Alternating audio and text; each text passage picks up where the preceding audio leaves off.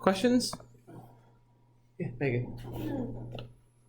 So for the vector space practice, Yep. can you go over like how to apply them to matrices, like the axioms? So, like the number 4 there, that one? Yeah. All right, so if you're doing these with matrices or anything else, you just want to make sure that what you're, pardon me, what you're doing actually fits the form of the way they tell you the vectors are. So in this case, your vectors look like those 3x3 matrices, but they have to have zeros in those specific spots. Okay, so if you're looking at axiom 1, where you have to show closure, if you let your x and your y be in your vector space, then what does your x and your y have to look like? What form do they have to have? You're welcome. What do x and y have to look like in that case? Do they also have to be matrices? Yep, they both have to be matrices. So your x has to be something that looks like A, 0, B, 0, C, 0, D, 0, E. And Y has to be something that looks the same, except that I don't want to use the same letters because they can be different numbers, right? So say I do F, 0, G, 0, H, 0, I, 0, J. What happens when you add these two things together? You gave another matrix that's the same dimension.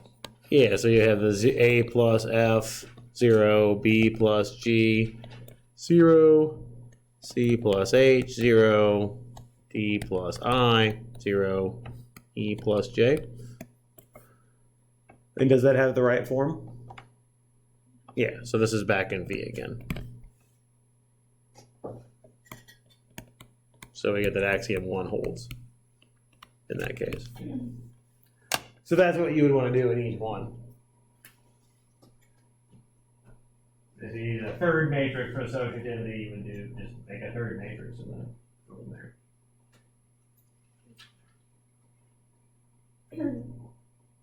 So, I mean, honestly, you could think of this as a big long vector that has 9 components to it.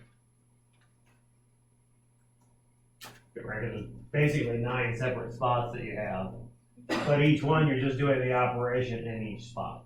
So you can think of it, instead of writing it as a 3x3, you can just think about just writing a 9 component vector if you really wanted to. That's really the kind of the idea that we're doing here when we think of matrices as vectors. Does that help a little bit? I think so. There's just a lot of things. There are, yeah. When you're checking vector spaces, I agree, there are lots and lots of things to check. Will we have to memorize all of them? Oh. Yeah, yep, you do. Did you post the video from Wednesday? Did I post the video? Oh, I forgot. You're right, I did not. I will do it. Okay. Sorry, I did forget. I will do that this afternoon, along with this one. It totally slipped my mind. Sorry. Thank you for reminding me. Other questions?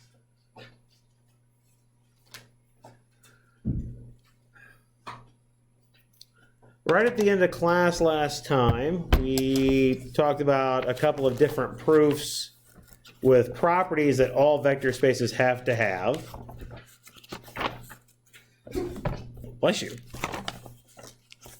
So let's go through another one of those. These were on and theorem 5.1 point something. I'm trying to get to the right page. Was it 5.1.1? Okay, cool. All right. So we already proved that 0 times any vector is the 0 vector, and any scalar times the 0 vector also gives us a 0 vector. The third property is that if I take -1 times a vector, I should get the additive inverse of that vector.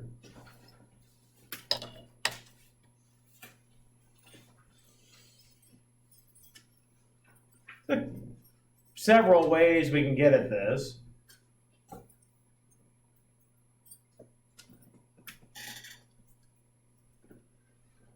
Let's see if we can use one of the previous properties to help us with this one. Let's do it that way. This is one way to get at it.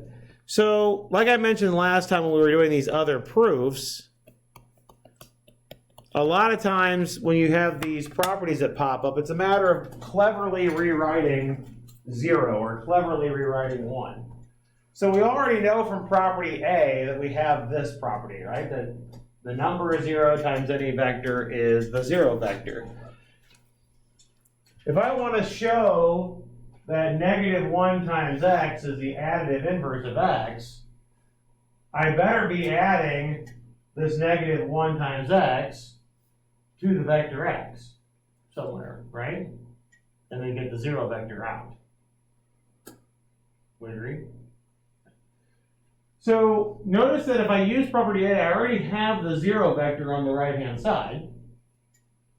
So can I play with this on the left-hand side? Can I cleverly rewrite 0 so that I'm going to end up seeing a -1 times x?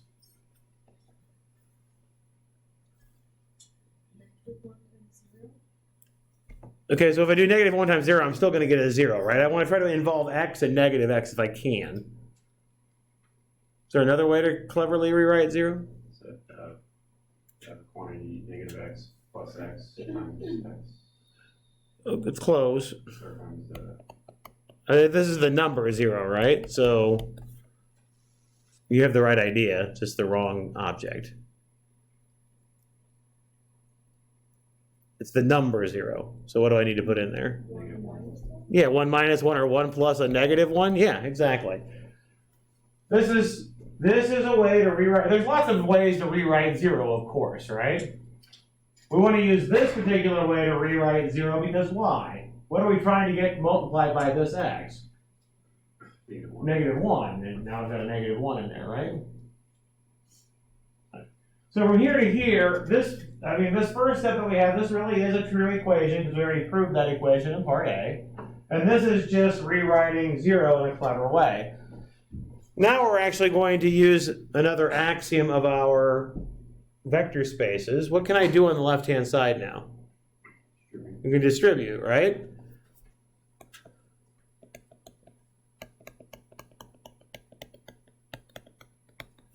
So if we distribute, I get 1 times x plus -1 times x gives us 0, and that's by axiom 8, I think was the number we used.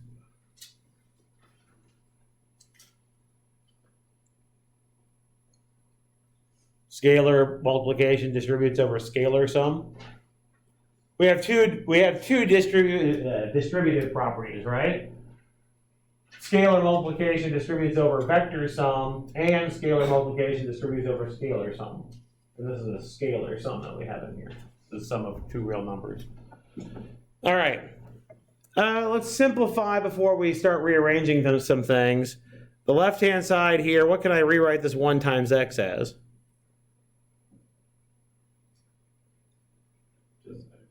By which axiom? Bless you.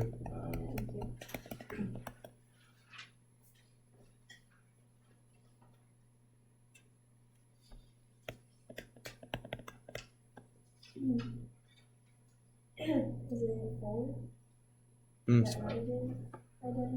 That's if we add 0 and we get back where we started. Here I'm just looking at the multiplication by 1. It's the very, very last one, right? The very, very last one actually says 1 times x equals x, doesn't it? Okay. All right. So we're almost home. What is it that we're trying to show again? I want to show that -1 times x is the additive inverse of x.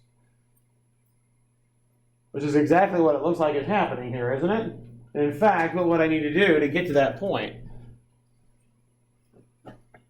What can I do here to get this over to the other side? If I try to basically solve for -1 times x, what would I need to do? subtract both sides of x. Yeah, I need to add the additive inverse of x to both sides, right? Do -x plus this thing being very, very specific about how we're using the axioms here.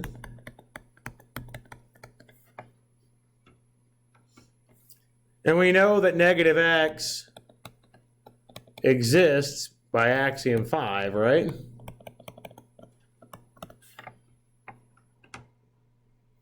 We know that we have an additive inverse, that's axiom 5. So I'm just adding the additive inverse of x to both sides. It's not quite in the right spot because the whole reason why we added the additive inverse was to cancel out this x, right? Right now it's not in the right spot, but how do we know we can put it in the right spot? What can we redo on the left-hand side? We can regroup, good. Which is an associate function. You're right, that's exactly right. That's exactly right, good. They're doing that in the algebra class that I go to. Oh, in school. yeah, yep. And I'm going to go ahead and simplify the right-hand side and make it negative x. What axiom allows us to regroup on the left-hand side? Axiom 3. Okay. And what axiom allowed us to simplify the right-hand side?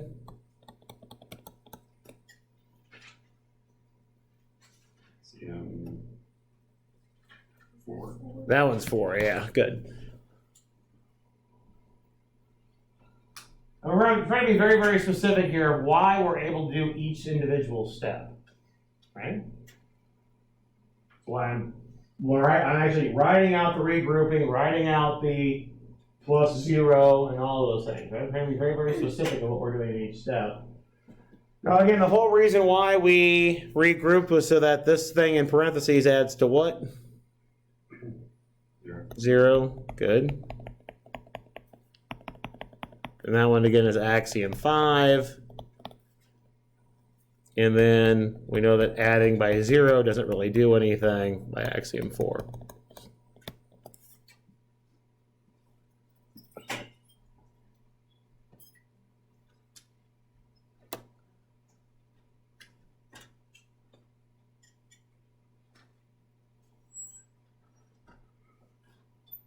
This is not the only way you could have gotten at this, by the way. I started with something that we had already proved and simplified. You could have started with just doing x plus, just as a showing another idea. You could have started with this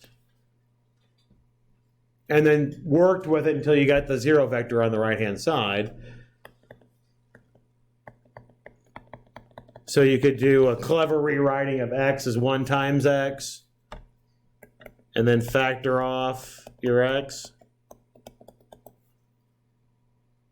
right? And then what do we really have inside the parentheses? 0. It's really 0, and we already proved that that equals the 0 vector. So that's another way you could get at it. It uses the same property that we proved in that part A of the theorem. Probably a little quicker to get at it this way.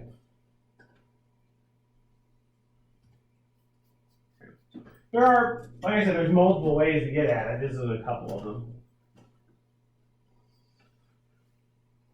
Again, though, this does still require a clever rewriting, right? We rewrote x as 1 times x. Not exceptionally clever, but it still is. We need that so that we can factor off an x. So this is using axiom 10 again. This would use axiom 8 again. This is just real number addition. And then this uses property A of the theorem. A little shorter, but it's just a matter of how you look at the problem and how you get to that point.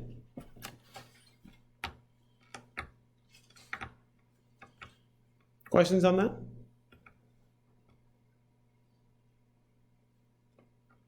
Okay with that? Okay. Again, part D of that theorem said that if you have a constant times a vector gives you the 0 vector, then the constant had to be 0 or the vector had to be the 0 vector. I want to run through this one really quickly just because it illustrates another proof technique in math that we haven't talked about in this particular class, but you probably have talked about it in discrete math if you've had discrete math. we're trying to prove an OR statement, which means that if we assume the hypothesis holds, then one or the other has to hold. So one of the main proof techniques for doing this kind of thing is you're trying to prove an OR, is assume one of them doesn't happen and show the other one has to happen. Right? Because if C equals 0, then you're done, for example, right? So assume that C is not equal to 0 and then prove that X had to be 0. Okay. So that gives you that one or the other has to happen. So for this particular proof, well, suppose that C is not equal to 0. And again, the reason for this is because if C equals 0, there's nothing to prove.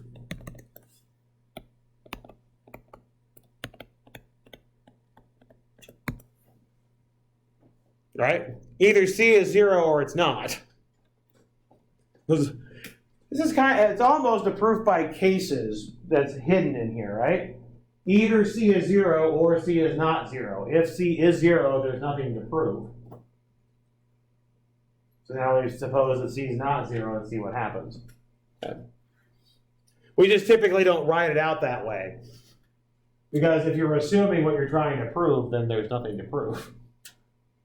So assume that what piece of what you're trying to prove doesn't happen, and then see what happens.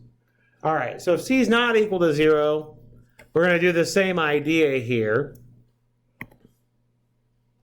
We start with C times X is equal to 0. Now we want to get down to X equals 0. Well, what are we allowed to do now, since we know that C is not 0, that we couldn't do if C is 0? Now remember, C is a scalar. C is a real number in this instance. So what are we allowed to do with C now that we are assuming that it's not 0 that we could not necessarily do if we didn't have that assumption? In particular, what can't we do with C if C is 0? Divide by it, right? I can't take its reciprocal. But since C is not 0, I know that we can reciprocate. Right? So I can multiply both sides here by 1 over C.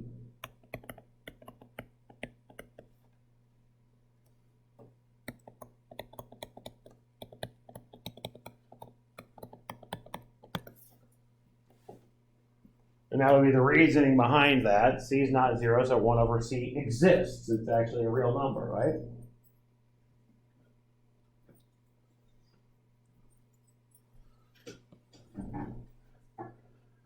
And now we just need to go through the rest of the proof by using our axioms. Why did you choose to divide by C or multiply by 1 over C? What was the idea over here? You get X by itself and make this a 1, right? But of course, before I make it a 1, what do I need to do with the parentheses? Regroup them, right? And we're allowed to do that by which axiom? That's if it's addition. This is this is regrouping with scalar multiplication. So this one's 9, right? And then what's the right-hand side equal to? 0. And that's by what? That's by part B. Good. Yep. Oh, well, I'm not sure why my battery is running low since it's plugged in. There. Oh, it's...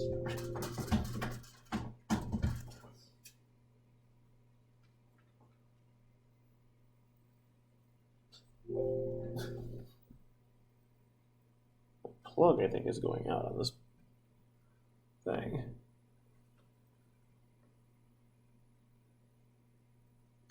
Very, very gingerly. Very, very gentle with it. All right. That's part B of theorem 5.1.1, right?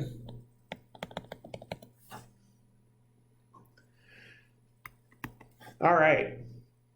So now 1 over C times C is just 1. And then 1 times X is just X. Oops, these are 0 vectors. And that's our axiom 10 again. And that's where we wanted to get to, right?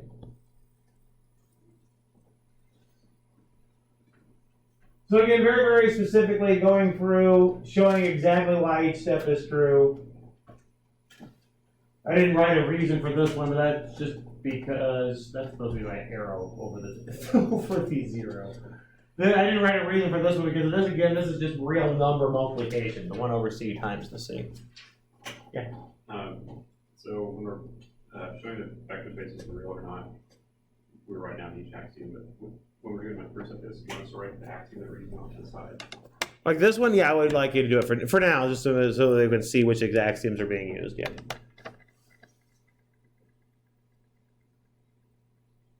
We won't do that every time, but right now, just to get used to the axioms and how they're being used, I would like you to do that right now. All right.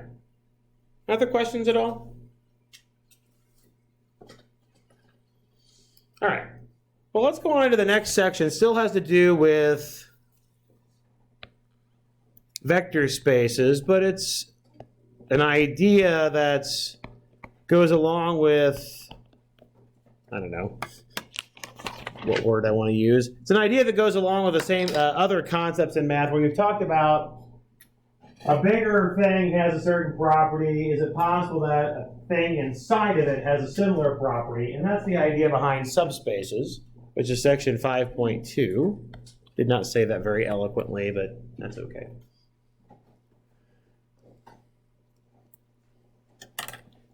To give you an example of what I mean, you've certainly talked about general functions back in algebra class. Then you get to calculus, and you worry about a certain piece of, a certain type of functions. You talk about continuous functions, right? Not all functions are continuous, so that's a subset of all functions, right? And you also talk about differentiable functions, which is even a smaller subset, right? But again, still a piece of what would be all functions. And you also talk about integrable functions and all those kinds of things later on in calculus. But you're used to talking about, okay, there's this overarching object, and then looking inside of it, does it have another piece that you can talk about, just a sub-collection of things, right? If you've talked about discrete math, you've talked about sets and subsets, right? Okay. So subspaces is the same idea. So as a definition, let's suppose that V is a vector space.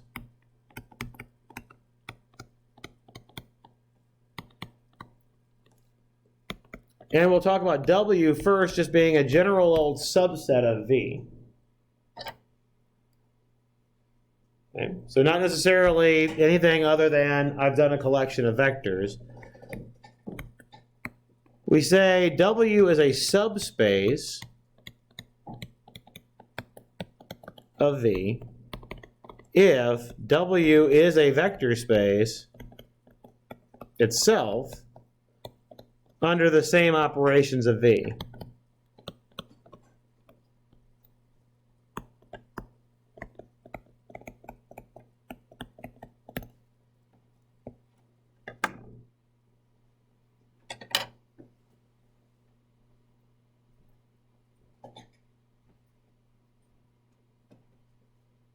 Okay, so let me give you an example, talking back to functions again. Certainly, if we add two functions together, we get another function, right? We add any two functions, we get another function. If I take a scalar times a function, I get another function, right? So, and we all already know that function addition is commutative and associative, and there is a zero function that will work, right? Right?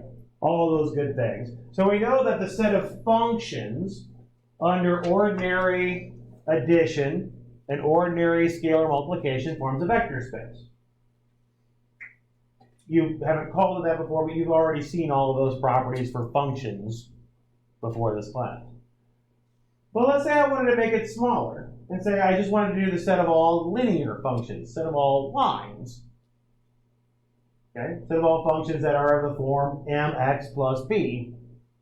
If I add two lines together, do I get another line? If I take two things of the form mx plus b, do I get something that looks like an mx plus b thing, right? I do, correct? So if I add two lines together, I get another line, adding in the exact same way I would add arbitrary functions, right? I didn't change the definition of how I added. Same addition that I had before, just looking at a smaller piece of my set. If I do a constant times a line, do I get another line? Yeah, sure do. So that's what we mean by a subspace. The set of lines would form a subspace of the set of all functions. Does that make sense? Okay. So I didn't change my definition of my addition or scalar multiplication. All I said was I'm going to put blinders on and not look at the whole set. Now do I still have a vector space? That's the idea. Okay? So it turns out that proving things are vector spaces is much easier than proving things are vector spaces. The reason for that is because if you're proving something is a vector space, you're already assuming the big thing is a vector space, which means that the operation is already commutative. It's already associative. Scalar multiplication already distributes over sums. Scalar multiplication has that associativity property. 1 times a vector is still a vector. All of those things still all hold, right? It makes checking whether or not something is a subspace very straightforward. And actually the theorem for this is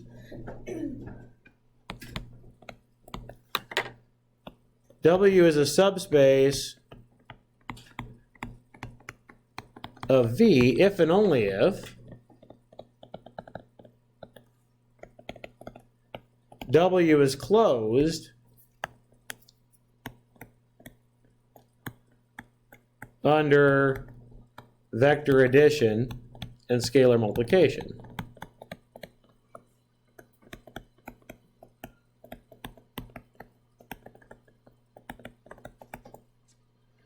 And I'm going to emphasize that this is still the same vector addition and scalar multiplication that we had in V.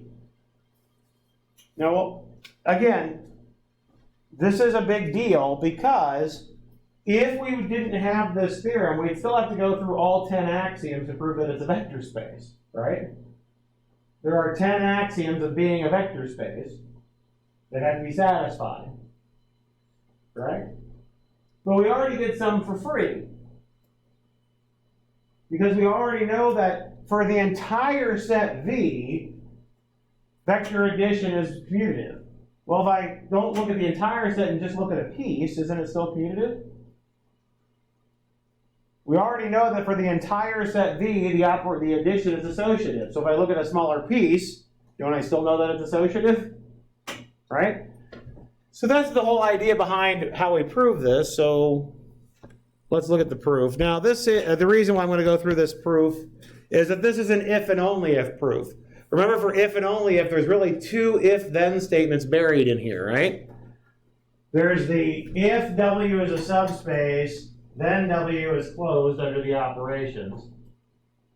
And then vice versa. If W is closed under the operations, then W is a subspace. Right? There's two if-then statements buried in here. So I like to denote proving this by, I'm going to go from left to right, and then I'm going to go from right to left.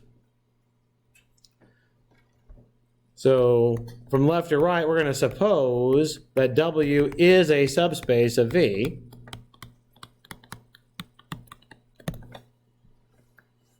This part of the proof is very easy, because by being a subspace, what are we already assuming that W is? It's a vector space under the same operations, right? And if it's a vector space, what do axioms 1 and 6 say?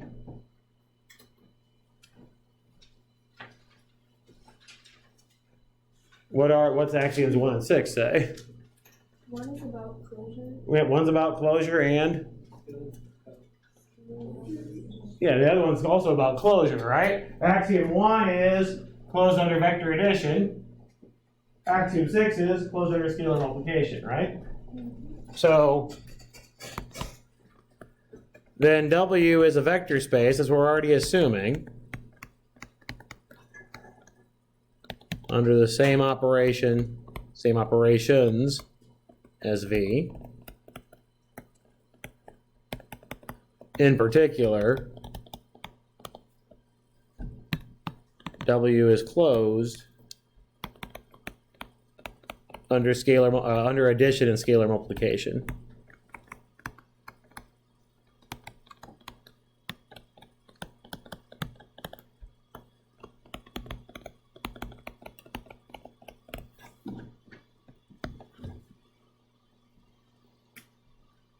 So that's not the interesting part.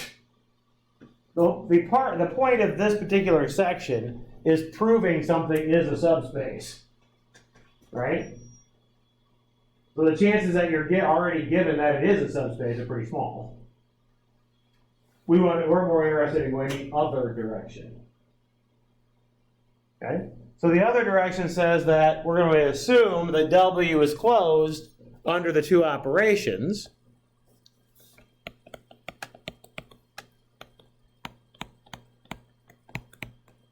So we'll suppose that W is closed under vector addition and scalar multiplication.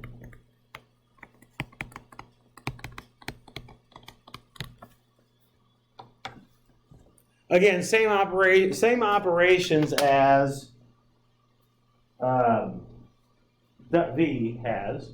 I don't know why that was so hard for me to remember. These are the same vector operations that V has.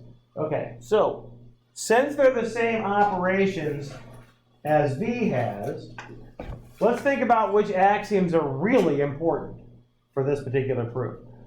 We need to show that W is a subspace, which means that we have to show that W is a vector space. If we had no other information, we'd have to prove all 10 axioms, right? That's what we've been doing in the previous section, correct?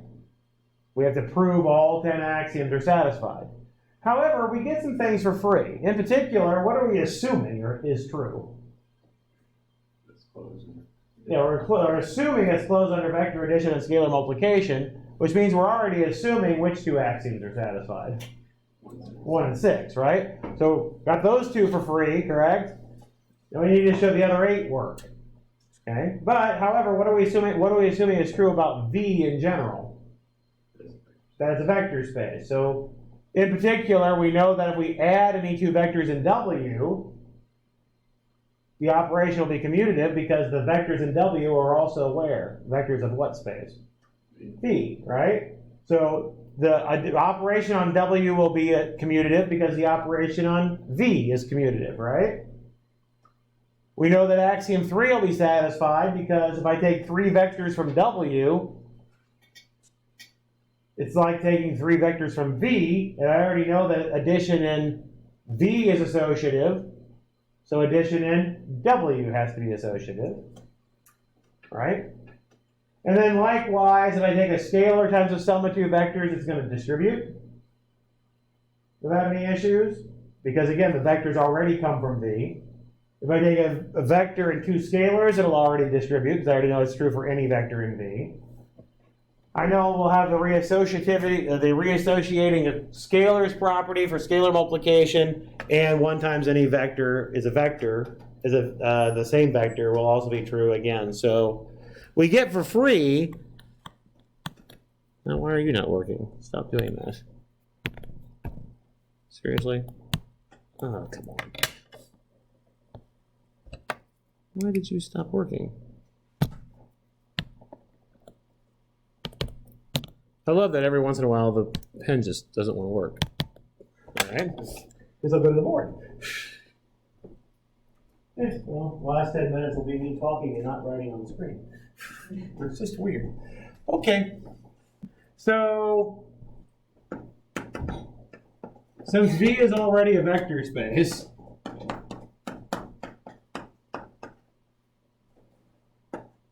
and W is a subspace of V, we already know that axioms 3, 6, 7, 8, 3, 7, 8, 9, and 10 will be true for W.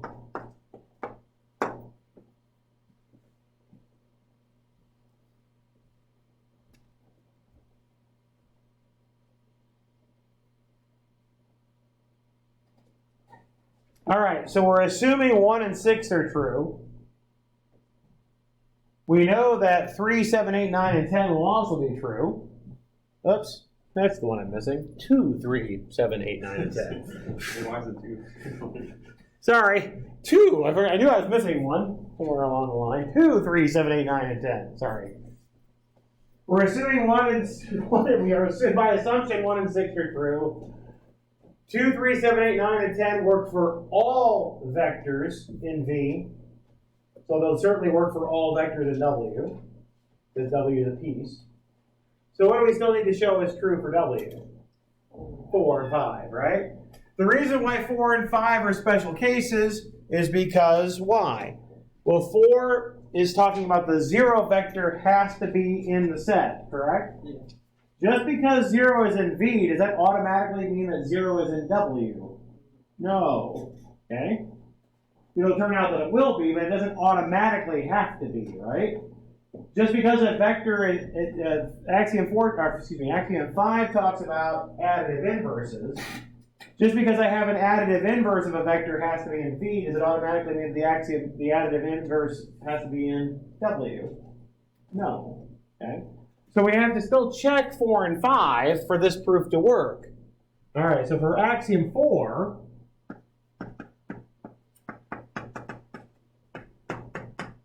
we need a 0 vector for W, and in particular, we need the 0 vector for V to be in W.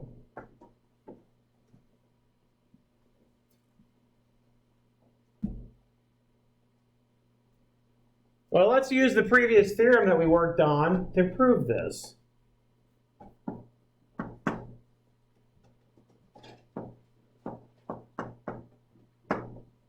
Let's start with any vector in W. Start with any vector that we want in W. We're assuming that we're closed under scalar multiplication, right? So any scalar multiple of W will be back in W. Any scalar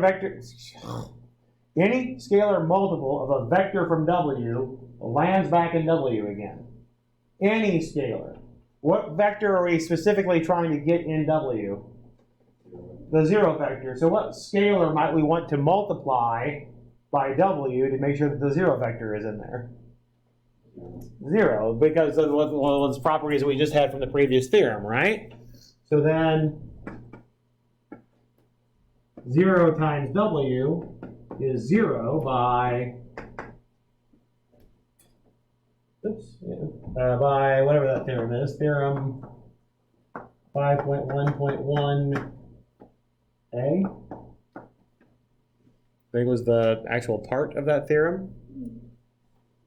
Is 1 the x and 2 the coefficient? It's If 1 is like the variable, Yep. 2 is the coefficient. yeah.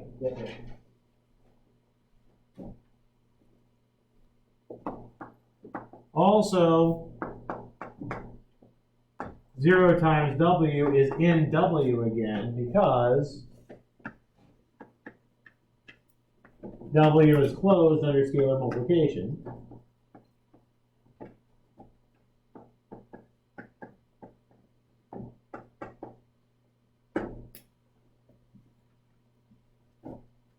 So therefore,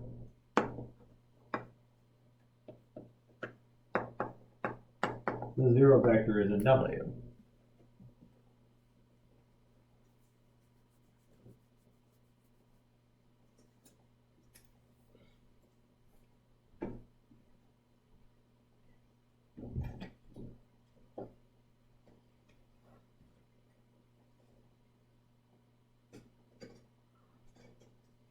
technically, to make sure that W is a subspace, or in general make sure it's a vector space, we would just need something in W that acts like a zero vector. It wouldn't necessarily have to be the zero vector of another space. It just turns out in this case, if I use the zero vector in V, it does the job. I didn't explicitly state that. Let me say it this way. The way that the axioms are stated, the axioms say that the set that you're trying to prove is a vector space has to have a vector that acts like the zero vector. Okay? Just because something acts like the zero vector in V for one vector space doesn't mean there's another that same vector that worked for V has to work for another vector space. Now it turns out since W is inside of V, we use the same vector. But in general, just because it's the zero vector for one space doesn't mean it has to be the zero vector for another space, is what I'm trying to get at. It just happens to work here because W is inside of V. I know, that was a lot of words. I apologize. All right. What else do we need to show? That shows axiom 4, that we actually have a zero vector. What's the other one we have to show? It's axiom 5, right? So axiom 5, we need to show that whenever W is in capital W, we have negative W is also back in W again, right?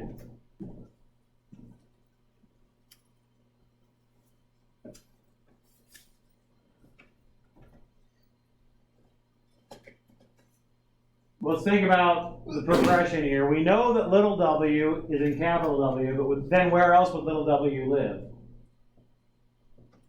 In V, right? What are we assuming about V? That is the vector space, so we already know that negative W exists in where? V, right? We know it's already in V, we just have to get it down to W as well, right? But again, we already know that W is closed under scalar multiplication, and taking it back to our theorem again, what scalar can I multiply a vector by and end up with the additive inverse? -1, right? So we know that -1 times W is going to give us negative W, right?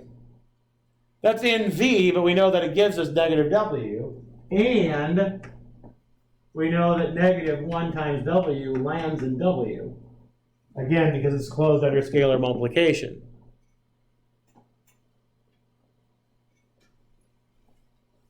Therefore, negative W must be in W.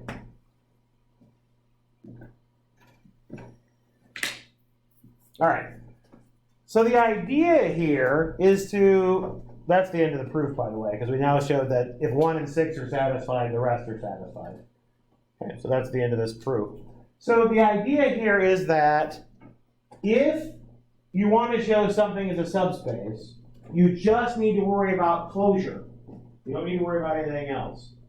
So there's only 2 axioms that you have to show it satisfies, not all 10. Because you're already assuming that the other 8 are satisfied, because you're assuming that you have a vector space already. So you would always need to prove 4 and 5? 1 and 6. Oh. 1 and 6, yeah, the closure axioms, right. So, for example, I know I'm out of time. Well, I got a minute and a half. But that's the subspace practice sheet that I handed out to you at the beginning of class. Just looking at the very, very first one, you're assuming that you already have a vector space. So your V is your set of 2 by 2 matrices. Unless you're told otherwise, assume that you're doing regular addition and regular scalar multiplication of matrices or anything else. Okay. you only have to worry about funky addition and funky scalar multiplication if you're told that it's funky. Otherwise, assume that it's regular addition and scalar multiplication. So W is a set of all diagonal matrices. So if we want to prove that W is a subspace, you want to show that if you add two diagonal matrices together, what kind of matrix do you have to get?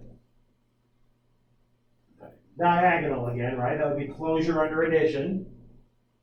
And if you want to show that it's closed under scalar multiplication, you would take a scalar times a diagonal. It needs to be diagonal, right?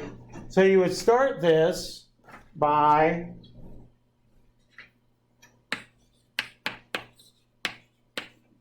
they're 2 by 2s, so just take two 2 by 2s that are diagonal.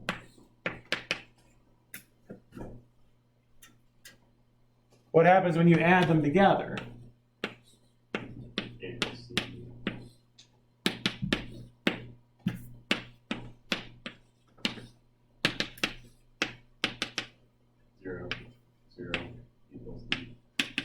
And does that have the right form? Yes. Yeah. So it's closed under addition.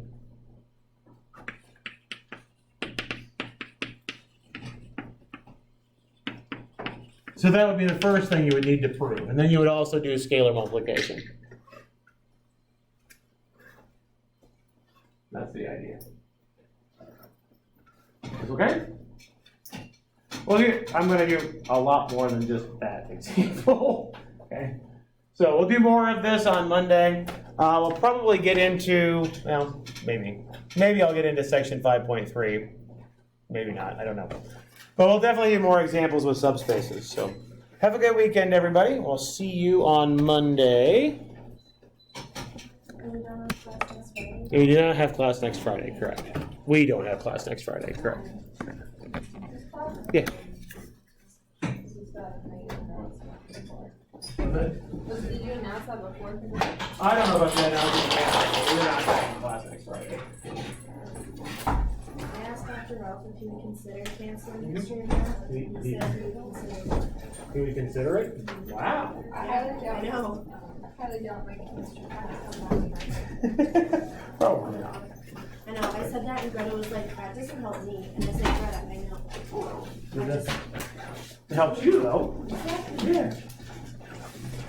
You say sorry about you, Greta? One of the kids in my physics class is already trying to convince the professor to come to class next week. Oh, boy.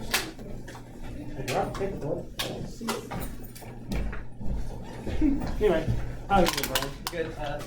So on the April 21st and 2nd, I may be going out of town to Kentucky for a robotics thing, and that's the day of the test. Yep. So I should take it that Monday. Yeah, or when do you get? Do you know when you get back? It's gonna be after class on Wednesday. Oh, and you're gonna be back on Wednesday? Yeah. I was thinking maybe you could do it Thursday, so you wouldn't have to do it before. Okay. If you want. Yeah. Well, it says I should take it. You should. But if you're making arrangements with me, if you do it on Thursday, that's okay. Okay. Yeah. That would be okay. Just remind me again when we get closer. Okay. We'll bring him in the next day.